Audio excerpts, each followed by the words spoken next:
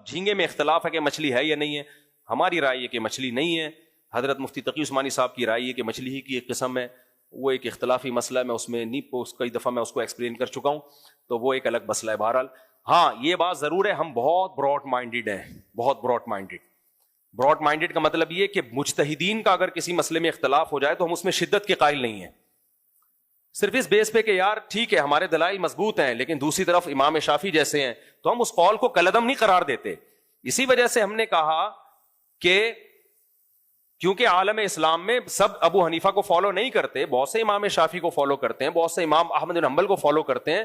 یہ ہے فرقواریت ختم کرنے کا طریقہ کہ ان کی رائے کا بھی احترام کیا جائے. تو اس رائے کا احترام ہے کہ احناف مچھلی کے علاوہ کسی چیز کو جائز نہیں کہتے, لیکن باقی سمندر کی مخلوق کی تجارت کو حلال قرار دیتے ہیں, کیونکہ اس کے اسلام ہی میں اس کے جواز کا قول بھی بہت سارے فقہا نے کیا ہے.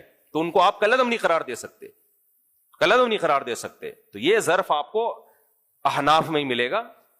باقی جو آج کل مارکیٹ میں چل رہا ہے تو بس میری رائے ہے اور وہی صحیح ہے اور اس سے ذرا بھی انحراف نہیں کرنا اور دائیں بائیں نہیں جانا, ایسا نہیں ہوتا. ایسا کرو گے تو چند بے وقوف خوش ہو جائیں گے آپ کی باتوں سے, آپ کے نعروں سے. کوئی پڑھا لکھا آدمی کبھی بھی ان چیزوں سے متاثر نہیں ہوگا. اب ہم جلدی سے بس 2-3 آیتیں میں اور پڑھ لیتا ہوں. تو اللہ نے اس میں ہمیں بتایا مردار حرام ہے, خون حرام ہے, خنزیر کا گوشت حرام ہے, جس جانور پہ اللہ کے علاوہ کسی کا نام لے لیا گیا ہو, کسی بزرگ کے نام پہ ذبح کر دیا گیا ہو وغیرہ وغیرہ, وہ بھی حرام ہے. اور گلا گھونٹ کے جس جانور کو مار دیا وہ بھی حرام ہے. اور پتھر سے جس جانور کو مارا وہ بھی کیا ہے, حرام. والمتردیۃ, 2 جانور آپس میں لڑے اور مر گئے وہ بھی حرام.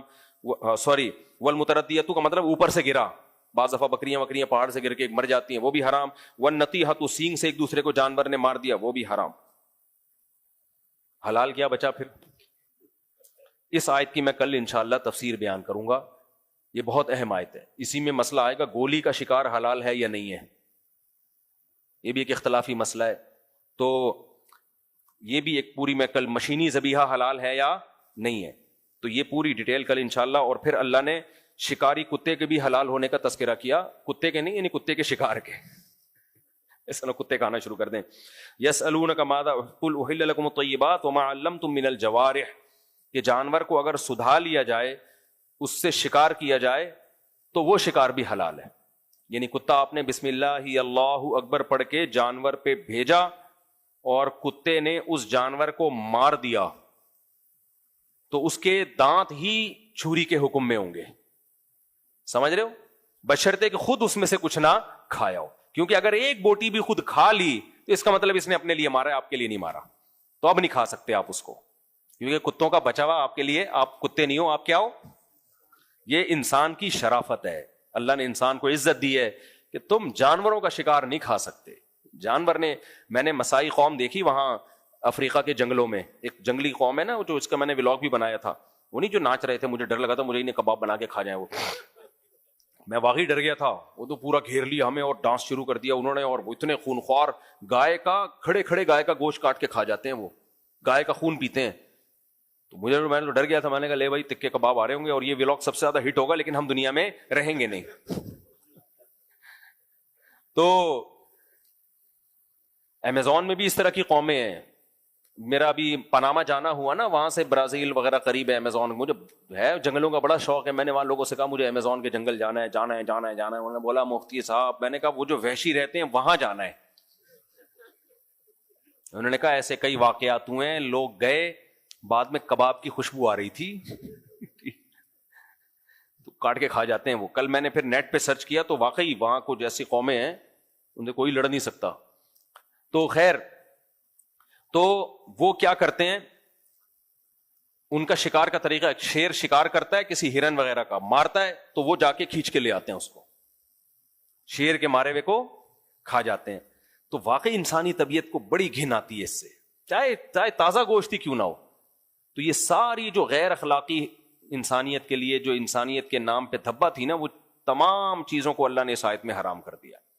تو یہ بھی اسلام کا ایک حسن ہے کہ جانور کو حلال کر کے کھانا ہے, اور اگر کتے کو تم نے سدھا دیا تو کتا تمہارے لیے اعلیٰ انسٹرومنٹ کے طور پہ کام کرے گا, اور انسٹرومنٹ مکمل اس کے ہاتھ میں ہوتا ہے جو اس اوزار کو استعمال کر رہا ہوتا ہے.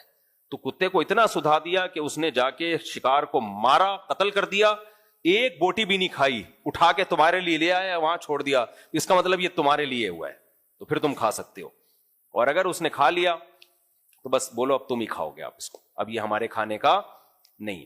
وہی شیشے والی مثال آتی ہے, بوری میں شیشے رکھے ہوئے تھے, ایک آدمی کی عادت تھی ٹھوکر مار کے پوچھتا تھا اس میں کیا ہے, تو سیٹھ نے ٹھوکر مارا, اس بیچنے والے سے, شیشے کے برتن جو بیچ رہا تھا, ٹھوکر مار کے پوچھا اس میں کیا ہے, اس نے کہا ہے نہیں, تھا.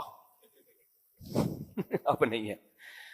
تو کتے نے اگر خود کھا لیا نا تو آپ بولو اب یہ میرا نہیں ہے, یہ میرا تھا کسی زمانے میں.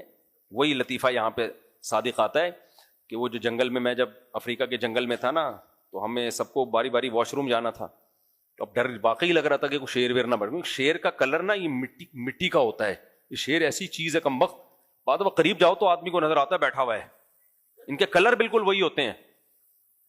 تو اچھا ہم تو, میں گاڑی میں اس طرح بیٹھا ہوں, یہاں سے شیر گیا, ببر شیر, اور ہمیں جو گارڈ تھا نا, جو یعنی گائیڈنس کے لیے آیا ہوا تھا, وہ حکومتی کا آدمی ہوتا ہے, وہ بار بار ہمیں کہہ رہا تھا چپ کر کے بیٹھ جاؤ. غصہ آ رہا تھا کہ بولو نہیں اور کھڑے نہیں ہو گاڑی میں, چپ کر کے تمیز سے بیٹھے رہو. اب میرے ساتھ فیملی تھی, بچے بھی, بچے چی چی کر رہے تھے, بچوں کو بڑا مشکل ہوتا ہے چپ کرانا. بڑا, آپ نے دیکھا وہ ولاگ, بڑا خاندانی منظر تھا یار.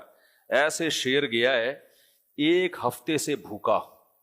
مجھے پھر پتا چلا انسان کو اللہ نے بڑی عزت دی ہے, جانوروں کے لیے جنگل میں کھانا پینا آسان نہیں ہے. اور 7 بیویاں تھیں اس کی. تم لوگ کے سامنے پھر وہی باتیں آ جاتی ہیں, پھر میں, تم لوگ شرمندہ ہوتے ہو, بہت معذرت چاہتا ہوں میں. 7 شیرنیاں اور اکیلا ببر شیر. ہم تو 5-6 دن جنگل میں ٹھہرے نا, تو شیر ہی کی ایکٹیویٹیز دیکھ رہے تھے کہ کچھ کھائے تو صحیح, ہر شکار میں سو رہا تھا اس سے. تو کیا ہوا ہے, مغرب کی نماز کے بعد پھر وہ ہمیں جو گارڈ ہے نا, جو گائیڈنس کے لیے تھا, وہ ہمیں لے گیا گاڑی میں نا, کہ ان کے پاس وہ ہوتا ہے نا وائرلیس, تو اس سے ان کو اطلاعات مل رہی ہوتی ہے کہ وہاں ابھی شیر کچھ لگ رہا ہے, کچھ اس کو نظر آیا ہے. تو 2-4 بھینسے آئے ہوئے تھے, تو شیر, ہم پہنچ گئے وہاں نا, بھینسے ہمیں نظر آ رہے ہیں, ادھر شیر شیرنیوں کے ساتھ بیٹھا ہوا ہے. اور یہ مہم ایسی تھی کہ ہمیشہ شیرنی آگے آگے ہوتی ہے, شیر بیٹھا ہوا ہوتا ہے. ہم کئی دنوں سے یہی منظر دیکھ رہے تھے. اس دفعہ ہمیں لگا کہ شیر کہہ رہا ہے بہت ہو گئی, اب میں خود تکلف کروں گا یہ. تو اس دفعہ شیر خود اٹھائے. تو وہ 2 بھینسے, اب اور گورے وورے بھی آئے ہوئے تھے وہاں جنگل میں, زیمبیا کا جنگل تھا یہ, تو گوروں نے بھی گاڑیاں سٹارٹ کی, اور ہمیں بس یہ حکم کہ چپ کر کے آرام سے بیٹھے رہو, کیونکہ شیر بھوکا ہے. تو وہ ظاہر ہے ادھر بھی ٹرن مار سکتا ہے کہ یار ابھی وہ نہیں مل رہا, تو چلو فی الحال انہی سے گزارا کرو. اچھا یہ شیر کی نفسیات پتہ ہے کیا, وہاں لوگوں نے ہمیں بتایا کہ آپ جب گاڑی میں بیٹھے ہوتے ہیں نا, تو شیر پوری گاڑی کو ایک ذات سمجھ رہا ہوتا ہے, اس لیے وہ حملہ نہیں کرتا, الا یہ کہ آپ بہت زیادہ ہلنا جلنا شروع ہو جائیں گاڑی میں. تو یہ نفسیات ہے شیر کی, وہ گاڑی سے نیچے اترو گے تو حملہ کرے گا آپ پہ. گاڑی میں اس کو پوری گاڑی سمیت ایک عجیب سی جن نظر آ رہا ہوتا ہے کہ یہ کیا ہے, اس کا ایک روب ہوتا ہے شیر کے اوپر.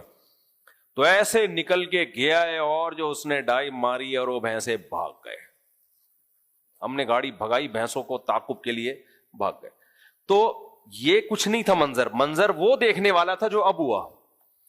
شیر بیچارہ مایوس ہو کے نا, 5-6 دن سے یہی ہو رہا تھا اس کے ساتھ, ایسے منہ نیچے اور پیچھے شیرنیاں خراما خراما واپس. ہمارے دوست نے کہا بالکل ایسا لگ رہا ہے جیسے کسی کا جنازہ پڑھ کے واپس آ رہے ہوں. بالکل واقعی, کوئی بہت لمبی واک کر کے جا رہے تھے. ہم بھی تھک گئے تھے, اب ہمیں واپس بھی آنا تھا. ہم نے کہا بھائی اب مر جائے تو بتا دینا, ہم آ کے جنازہ دیکھ لیں گے اس کا. جیسے ہی میں کراچی پہنچا ہوں, ہمارے دوست کا جو جنگل میں ہی تھے, ان کی ویڈیو آئی, یہ 2 بھینسے مارے ہوئے ہیں, اور خود بھی توند بھر رہا ہے بیٹھ کے, اور لگڑ بگا اور وہ جو نہیں ہائنا وائنا سب آ کے بوفے چل رہا ہے, پورا بوفا سسٹم. محنت شیر کی ہوتی ہے اور فائدہ, تو وہ 3-4 دن میں نا ایک بوٹی بھی نہیں بچی تھی 2-3 بھینسوں کی, وہ مار دیا. تو مجھے لگا کہ بھائی اللہ کا بھی ایک نظام ہے, ان کو اتنا بھوکا رکھا, لیکن اللہ نے اب ان کو بھی کھلا دیا. اللہ نے کہا چلو کھاؤ, شاباش. بات پتہ نہیں کہاں سے چلی تھی, ہم کدھر کو لے گئے, یہ جنگل کہاں سے آ گیا, شیر کہاں سے. ہاں اصل تو یہ آئی تھی کہ وہ شیر کا بچاوا لکڑ بگا تو کھا سکتا ہے, ہائنا وغیرہ لومڑیاں بھی, انسان کو کھانے کی اجازت نہیں ہے. انسان کو اللہ نے حکم یہ دیا ہے کہ تم گراؤ گے بھی, ذبح بھی کرو گے, پھر خود بھی کھاؤ گے, شیروں کو بھی کھلاؤ. سمجھتے ہو کہ نہیں سمجھتے؟ تو اس پہ کچھ کل انشاءاللہ ہم بات کریں گے.